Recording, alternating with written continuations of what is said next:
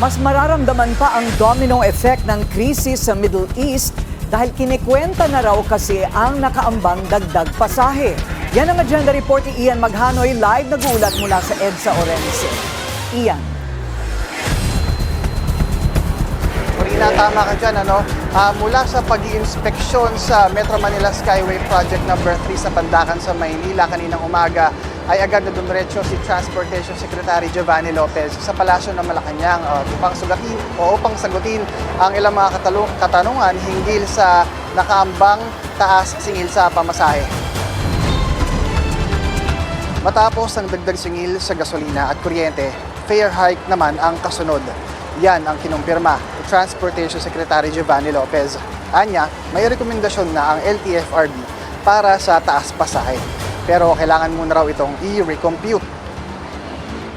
Ang alalahanin po natin dito, ang pagtataas po ng pamasahe, ang kaakibat niyan kaagad ay pagtataas po ng mga bilhin natin sa mga serbisyo. Ang pagtataas po ng pamasahe, ang kaakibat po niyan kaagad ay ang sinasabi nating inflation. So sinasabi ko kayo sa LTFRB ngayon, binalik ko yung kanilang unang rekomendasyon, aralin mo mabuti kasi we have to tread this very carefully with abundance of caution. So imbes na makakatulong tayo sa mas nakakarami at sa lahat, baka mas makakadagdag tayo sa problema.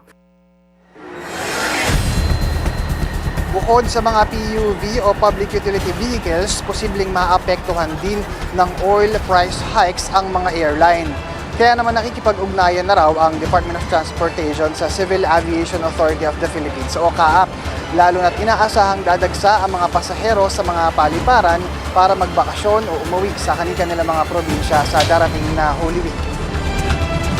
Una, may mga pagpupulong kami with the airlines natin. Alam din po namin na talaga maapektuhan sila dito, and we're thankful that they're still holding on.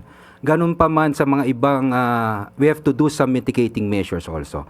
Not for the airlines necessarily, but more so dun sa epekto sa mga pamasahe sa airfare na mga gustong bumiyahe. Kabilang sa mga pinag-aaralan ng DOTR at ng CAAP ay bawasan ang ibang mga bayarin tulad na lang halimbawa ng take-off at landing fees. 200 hanggang 300 pesos kasi ang range ng domestic landing fee. 550 hanggang 950 pesos naman ang sa international. 390 pesos naman ang take-off fee ng domestic flight, habang 950 pesos ang sa international. Plano ng DOTR na isa publiko ang recomputed fees ng mga airline sa susunod na linggo. Exact amount, hindi po ko po nasasabi kasi pinapaaral ko po kung pwede na namin gawin yun. Corina, hanggang sa mga oras nga na ito ay patuloy pa rin na pinag-aaralan ng LTFRB Chairman na si Assistant Secretary Vigor Mendoza ang hakbang kung dapat nga ba talagang ipatupad ang taas singil sa pamasahe, dahil una na nga sinabi ni Transportation Secretary Giovanni Lopez na yung nakaambang taas na singil ng pamasahe na to ay maaring magdulot ng domino effect at maapektuhan naman yung presyo ng mga bilihin at iba pang serbisyo ng mga produkto. Alam mo, Corina, yung nararanasan natin na mataas na presyo ng mga bilihin sa mga pagkakataong ito ay maaari pang mas maging nakakalula yung presyo ng mga bilihin maaari sa mga susunod na araw, linggo o buwan kung ipapatupad ng DOTR at ng LTFRB yung taas singil sa pamasahe. Pero Corina, hanggang sa ngayon ay naghihintay pa rin tayo ng update mula sa LTFRB at DOTR kung paano nila didesisyonan yung nakaabang na yan na petisyon ng oil price hike. Napamasahe sa transportation sector. Corina. Maraming salamat, Ian Maghanoy, nag-uulat ng live mula sa EDSA Orense.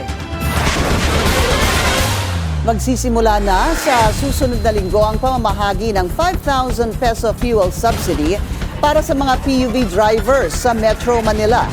Ito'y bilang tugon sa sunod-sunod na pagtaas ng presyo ng langis dahil sa sigalot sa Middle East.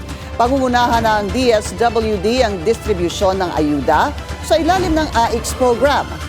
Unang makakatanggap ang mga tricycle driver.